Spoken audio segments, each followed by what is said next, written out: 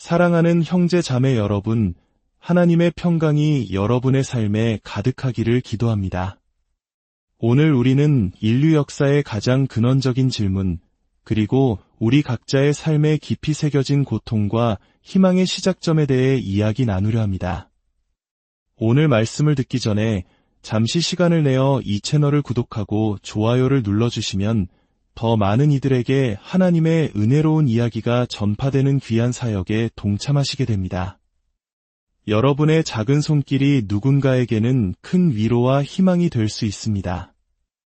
이 영상을 공유해 주시는 모든 분들의 가정에 주님의 축복이 함께하기를 소망합니다. 우리는 지난 시간 창세기를 통해 세상의 창조와 첫 인간 아담과 하와의 탄생, 그리고 거룩한 결혼 제도의 시작에 대해 살펴보았습니다. 또한 사탄이 어떻게 우리의 첫 조상을 유혹했는지도 알아보았습니다. 하지만 아직 우리가 깊이 다루지 않은 부분이 있습니다.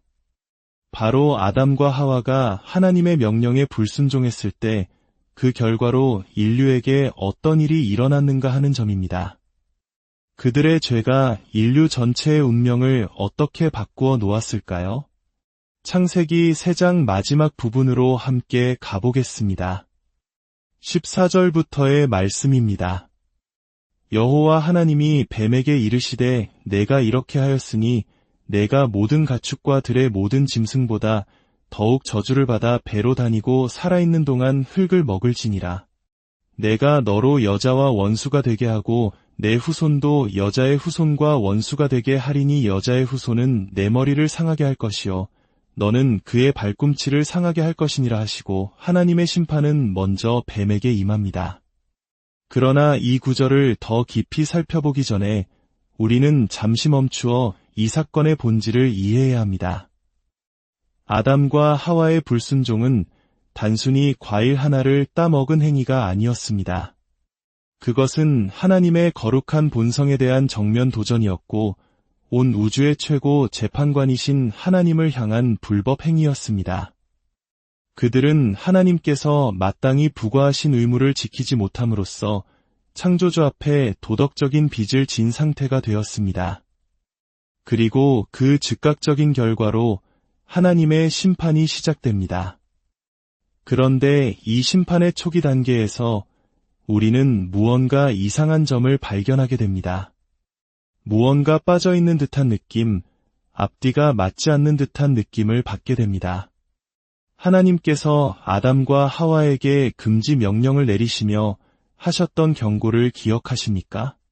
내가 그것을 먹는 날에는 어떻게 된다고 하셨습니까? 반드시 죽으리라. 하나님께서는 이 약속을 강조하고 또 강조하셨습니다. 만약 이 나무의 열매를 먹는다면 그에 대한 형벌은 반드시 죽는 것이었습니다. 이것은 협상의 여지가 없는 하나님의 법이었습니다. 자, 여기서 한번 생각해 봅시다. 만약 하나님께서 그 형벌을 즉시 집행하셨다면 어땠을까요? 아담과 하와가 선악과를 먹는 순간 그 자리에서 숨이 끊어지고 인류의 역사가 그대로 끝났다고 가정해 봅시다. 그러한 처벌이 과연 부당했을까요? 우리는 종종 신약 성경은 사랑과 은혜로 가득하고 구약 성경은 엄격한 심판과 진노로 가득하다고 생각하며 마치 두 시대의 하나님이 다른 분인 것처럼 오해하곤 합니다. 하지만 창세기 3장 중반부터 성경 전체를 관통하는 핵심 주제는 바로 은혜입니다. 왜냐하면 하나님께서는 죄에 대해 정하신 형벌을 온전히 즉각적으로 집행하지 않으셨기 때문입니다. 하나님은 아담과 하와를 그 자리에서 멸망시키지 않으셨습니다.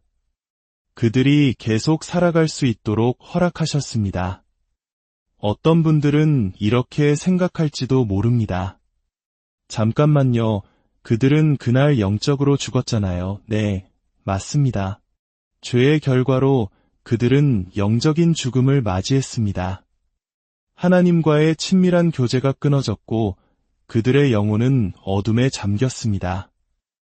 하지만 하나님께서 경고하신 죽음은 영적인 죽음 그 이상을 의미하는 것이었습니다. 그것은 생명의 근원 자체를 상실하는 완전한 죽음, 육체적 소멸을 포함하는 것이었습니다. 혹시 하나님께서 자녀를 너무나 바로잡고 싶은 나머지 실제로는 행할 의도가 없는 과한 협박을 하는 부모님처럼 그저 형벌을 과장해서 말씀하신 것이라고 생각할 수도 있습니다. 하지만 정말 그럴까요? 아담과 하와가 저지른 불순종의 무게를 다시 한번 생각해 보십시오. 그들은 누구에게 반역했습니까? 바로 그들을 창조하신 분, 그들이 가진 모든 것의 주인이신 분입니다.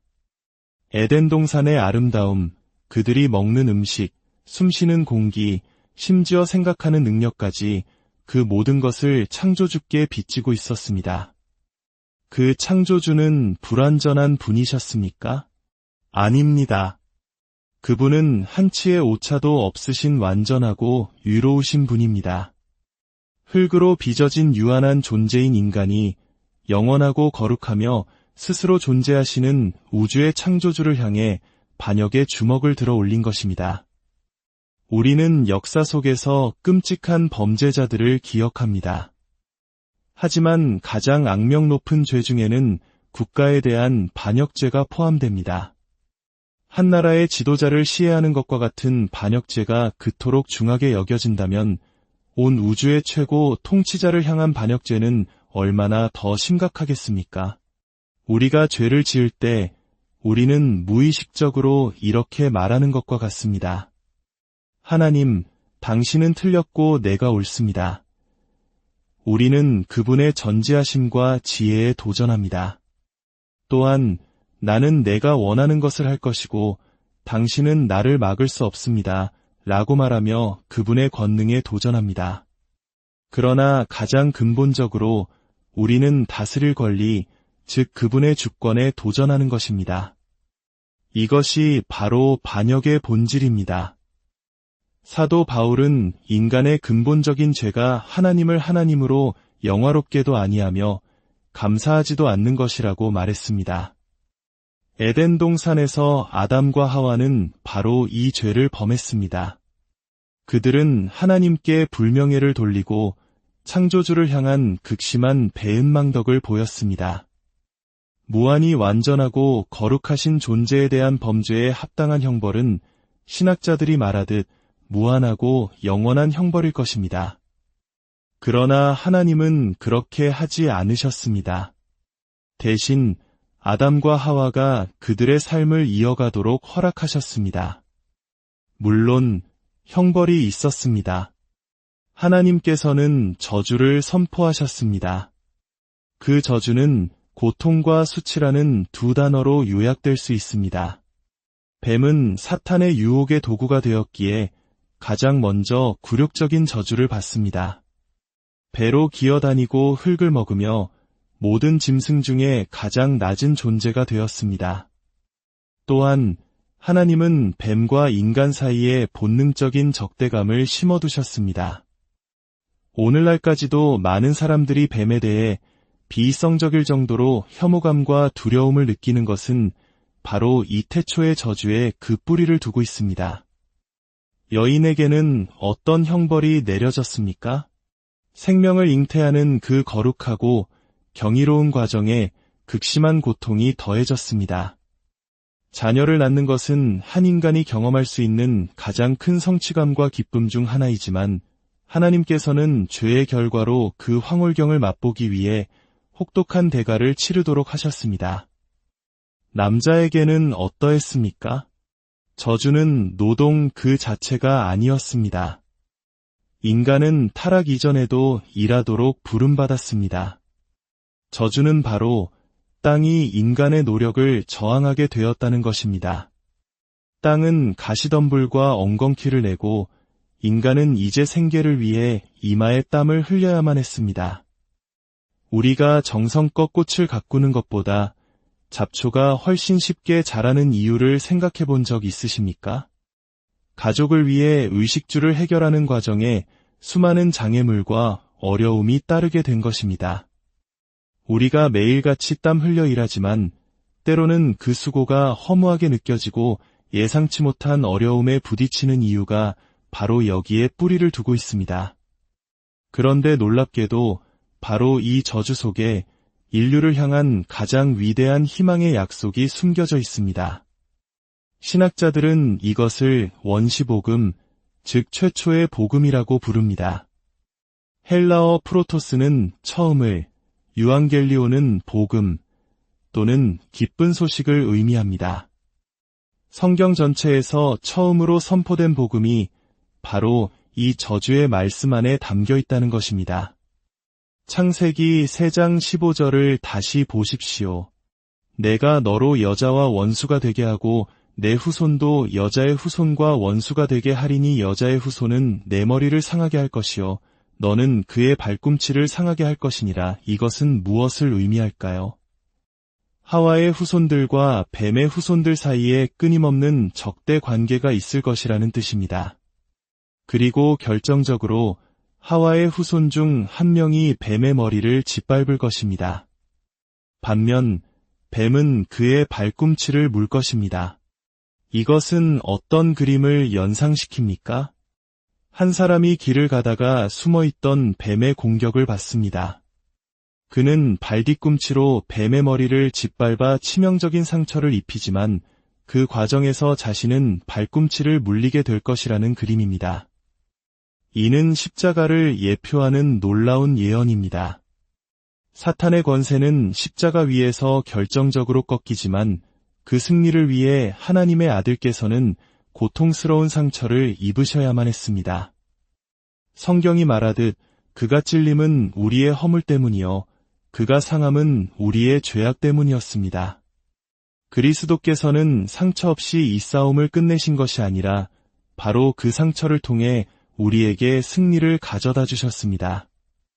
결국 하나님께서는 죄에 대한 사형 선고를 철회하지 않으셨습니다.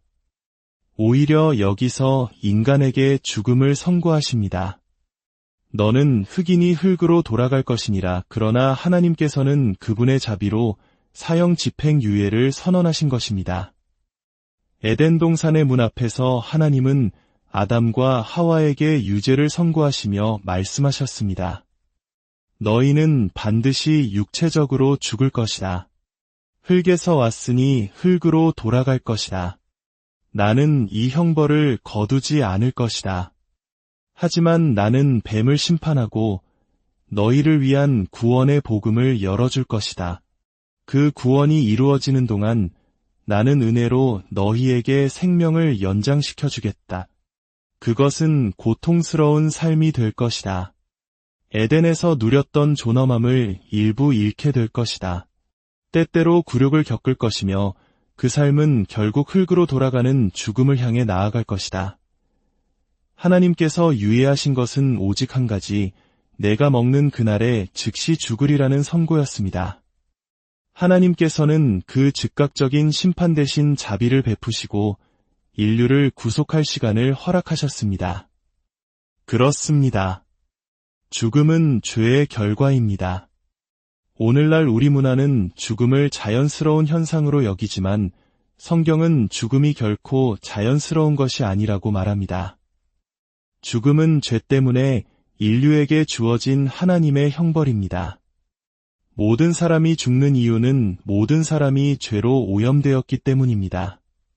태어난 지 몇 시간 혹은 몇 주 만에 죽는 아기들은 어떻습니까? 그 아기들이 자신이 저지른 죄 때문에 죽는 것입니까? 아닙니다. 그들은 실제적인 죄를 지어서가 아니라 타락한 인류로부터 죄의 본성을 물려받고 죄 안에서 태어났기 때문에 죽음을 맞이하는 것입니다. 이것이 바로 성경이 가르치는 원죄의 교리입니다. 우리는 이 사실을 좋아하지 않을 수도 있습니다. 그러나 왜 세상 모든 사람이 죄를 짓는지 설명해야 합니다. 우리는 죄를 짓기 때문에 죄인입니까? 아니면 죄인이기 때문에 죄를 짓습니까? 성경의 대답은 명확합니다. 우리는 죄인이기 때문에 죄를 짓습니다. 모든 인간은 타락한 본성, 즉 죄성을 가지고 태어나며 이 죄성으로부터 온갖 종류의 죄악들이 흘러나오는 것입니다. 원죄라는 말을 들을 때 많은 사람들이 오해합니다. 원죄는 인류 최초의 첫 번째 죄를 의미하는 것이 아닙니다. 원죄는 바로 그 첫 번째 죄의 결과를 의미합니다. 즉, 첫 번째 죄에 대한 형벌의 일부로서 우리가 물려받게 된 타락한 본성, 바로 그것이 원죄입니다. 아담과 하와는 단순히 개인 자격으로 행동한 것이 아니었습니다. 아담이라는 이름 자체가 사람, 즉 인류를 의미합니다. 그들은 하나님 앞에서 모든 인류의 대표자로 섰습니다. 그리고 그들의 선택은 그들 자신뿐만 아니라 그들이 대표하는 모든 후손에게 영향을 미치게 되었습니다. 그 결과 우리 모두는 죄성을 가지고 태어나는 결과를 겪게 되었고, 이 죄성은 종종 영적 죽음의 상태로 묘사됩니다. 성경은 우리가 허물과 죄로 죽었다고 말합니다. 우리는 위로부터 다시 태어나지 않는 한, 성령 하나님께서 우리 안에 새 생명을 주시지 않는 한 하나님의 일에 대해 죽어있는 상태인 것입니다. 따라서 인류의 타락으로 두 종류의 죽음이 시작되었습니다. 영적인 죽음은 즉시 일어났습니다. 그리고 육체적인 죽음은 불가피하지만 하나님의 은혜로 유예되었습니다. 결국 아담과 하와는 에덴 동산에서 쫓겨났습니다. 그리고 하나님께서는 낙원의 문 입구에 불칼을 든 천사를 두어 생명나무로 가는 길을 지키게 하셨습니다. 이것은 이 땅에 세워진 최초의 통치 행위였습니다.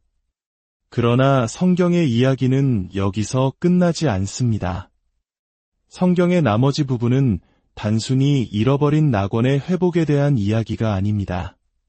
그것은 낙원의 구속에 대한 이야기입니다. 우리가 그리스도인으로서 소망하는 것은 단순히 에덴으로 돌아가 다시 한번 시험을 치르는 것이 아닙니다. 우리는 새로운 아담이신 예수 그리스도께서 이미 승리하셔서 죄와 고통과 죽음이 더 이상 없는 완성된 낙원으로 나아갑니다. 오늘 이 말씀을 통해 우리 삶의 고통과 죽음의 근원을 이해하고 그 절망 속에서 처음부터 약속되었던 구원의 소망을 발견하시기를 바랍니다. 하나님의 심판 속에서도 긍휼을 베푸시는 그 놀라운 은혜가 지금 이 순간에도 우리 각자의 삶을 붙들고 있음을 믿으십시오. 여러분의 삶에 하나님의 깊은 위로와 소망이 함께하시기를 간절히 기도합니다. 주님의 이름으로